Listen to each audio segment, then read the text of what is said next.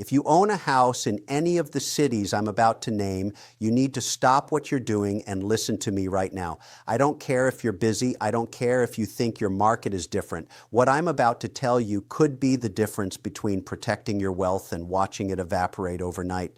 The housing market is going to crash in 2026, but it's not going to crash everywhere at the same time. It's going to start in specific cities, and if you own property in one of them, you're sitting on a financial time bomb. Let me be clear. I'm not here to make you feel good. I'm not here to tell you everything's going to be okay. I'm here to tell you the brutal truth that your real estate agent won't tell you, that your neighbor who just bought an overpriced condo doesn't want to hear, and that the media is too afraid to say out loud. The housing bubble is real, it's massive, and when it pops, millions of middle-class families are going to lose everything they've worked for. And you know what the worst part is? Most of them will see it coming and still do nothing. You want to know why I'm so confident about this? Because I've seen this movie before. I watched it in 2008. I watched people ignore every single warning sign. I watched them say, this time is different, and real estate always goes up, and my city is special. And then I watched them lose their homes, their savings, their retirements. I watched grown adults cry because they didn't listen when people like me told them the truth. So if you think I'm being dramatic, you're not paying attention to history. Here's what's happening right now that you need to understand. We have record high home prices. We have interest rates that went from nearly 0 to over 7% in the shortest time in modern history. We have an entire generation of buyers who purchased homes at the absolute peak, with mortgages they can barely afford in markets that are fundamentally overvalued. And now we have inflation eating away at their income, making it harder and harder to make those payments every single month. This is not sustainable. This is not normal. This is a powder keg waiting for a spark. But here's the thing that nobody's talking about. When this market crashes, it's not going to crash evenly. Some cities are going to get absolutely destroyed, while others might only see modest declines. And the cities that are going to crash first and crash hardest have very specific characteristics that I'm going to break down for you. If you live in one of these cities and you don't take action, that's on you. I'm giving you the warning right now.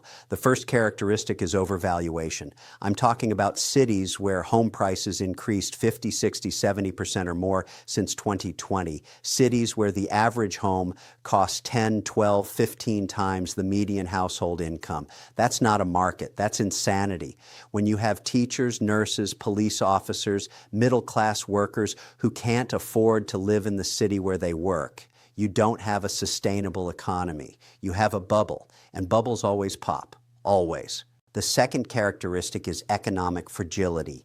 These are cities that depend heavily on one or two industries, cities where the job market is strong right now but could turn on a dime if there's a recession, cities where the employers are already starting to do layoffs but the local news isn't covering it yet, cities where remote work created a temporary boom that's already starting to reverse. When the jobs disappear, the mortgage payments stop. When the mortgage payments stop, the foreclosures start, and when the foreclosures start, prices collapse. The third characteristic is oversupply. You've got cities right now where developers went absolutely crazy building new homes, new condos, new apartment complexes because they thought the demand would last forever. Newsflash, it won't. When you flood a market with supply and demand starts to drop, prices crater. It's basic economics. But somehow, every single real estate cycle, people forget this fundamental truth. Now, I know what some of you are thinking. You're thinking, Kevin, my city is different. We have great weather. We have tech jobs. We have wealthy people moving here. Let me tell you something. Every single person in every single bubble market in history thought their city was different. Miami thought they were different in 2006. Phoenix thought they were different. Las Vegas thought they were different, and they all crashed harder than almost anywhere else in the country. Most people won't like hearing this, but your home is not a guaranteed investment. It's not a piggy bank. It's not a retirement plan. It's a place to live that you're paying a massive premium for, and if you're in the wrong market at the wrong time, it can destroy your financial future. And right now, millions of Americans are in exactly that position, and they have no idea what's coming. So let's talk about the actual cities where this crash is going to hit first and hit hardest.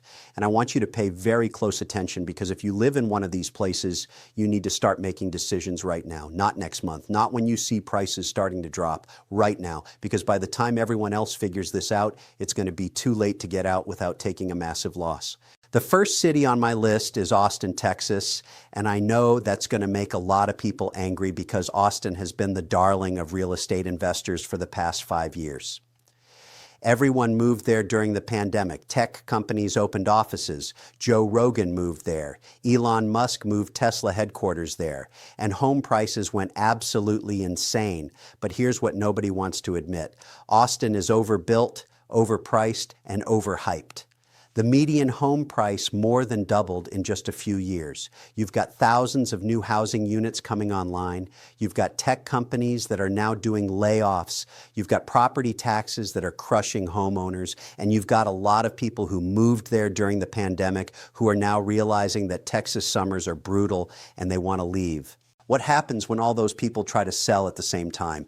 What happens when the new supply hits the market and there aren't enough buyers to absorb it? Prices collapse. That's what happens. And the people who bought at the peak in 2021 and 2022 are going to be underwater on their mortgages, stuck in homes they can't afford in a city they don't want to live in anymore. That's not speculation. That's math. Next up, Boise, Idaho. This one's even worse than Austin because at least Austin has a real economy with real industries. Boise became a speculative mania driven almost entirely by remote workers fleeing California. Home prices in Boise increased over 70% in 2 years, 70% in a city where the median household income is around $60,000. Do you understand how unsustainable that is? You've got homes that cost $500,000, $600,000, $700,000 in a market where the local economy cannot support those valuations. The only thing propping up Boise's market was the flood of out-of-state buyers with California and Seattle money. But that flood is already slowing down. Companies are calling people back to the office. Remote work is declining. And when those remote workers leave or stop coming, Boise is going to be left with a massive oversupply of overpriced homes that nobody local can afford. Let me be clear about something. When I say these markets are going to crash, I'm not talking about a 5 or 10% correction. I'm talking about 30, 40, maybe 50% declines from peak prices. I'm talking about people who thought they were building wealth watching half their home equity disappear. I'm talking about foreclosures, short sales, and financial devastation for families who made the mistake of buying at exactly the wrong time. Now let's talk about Phoenix, Arizona. Phoenix has crashed before and it's going to crash again. This city has a pattern. It overheats, it crashes, people forget, and then it overheats again. Right now, Phoenix is in the overheating phase. You've got home prices that skyrocketed during the pandemic. You've got massive new developments going up everywhere, and you've got a fundamental problem that nobody wants to talk about: water. Phoenix is running out of water. They've already stopped approving new housing developments in some areas because they can't guarantee water supply. When people start realizing that they're buying into a city that might not have enough water in 10 or 20 years, do you think that's going to help property values? Of course not. This is a long-term crisis that's going to accelerate the short-term price collapse that's already starting. Then there's Las Vegas. Las Vegas is always one of the first markets to crash and one of the last to recover. Why? Because it's a one-industry town built in the middle of a desert with no natural economic advantages. When the economy is good, people gamble and visit and buy vacation homes. When the economy is bad, all of that stops, and we're heading into a recession. Consumer spending is declining. Credit card debt is at record highs. Savings rates are near record lows. When people stop having discretionary income, they stop going to Vegas. And when they stop going to Vegas, the entire local economy suffers. The people who work in hospitality start losing hours or losing jobs. They can't make their mortgage payments. Foreclosures increase. Prices drop. It's a vicious cycle, and Vegas is particularly vulnerable to it. Let me tell you what's going to happen in all of these cities. It's already starting, but most people aren't noticing yet. First, Inventory is going to increase. You're already seeing it. More homes sitting on the market longer, more price reductions, sellers getting desperate. Then buyers are going to pull back even more because they see prices dropping and they think, why should I buy now when I can wait and get a better deal in 6 months? That creates even more downward pressure. Then you get the foreclosures, people who bought with low down payments, people who stretch to afford their payments, people who lose their jobs. They start defaulting, banks start repossessing. That floods the market with even more inventory at even lower prices. And before you know it, you're in a full-blown crash. This is the brutal truth that your real estate agent isn't going to tell you because they make money when you buy and when you sell, not when you wait. This is what the home builders aren't going to tell you because they need to unload their inventory. This is what your friends who just bought aren't going to tell you because they don't want to admit they made a terrible financial decision. But I'm telling you because I don't have a stake in whether you buy or sell. I have a stake in people understanding reality and protecting their financial futures. Now let's talk about what you need to do if you own a home in one of these markets, because this is where most people make their biggest mistakes.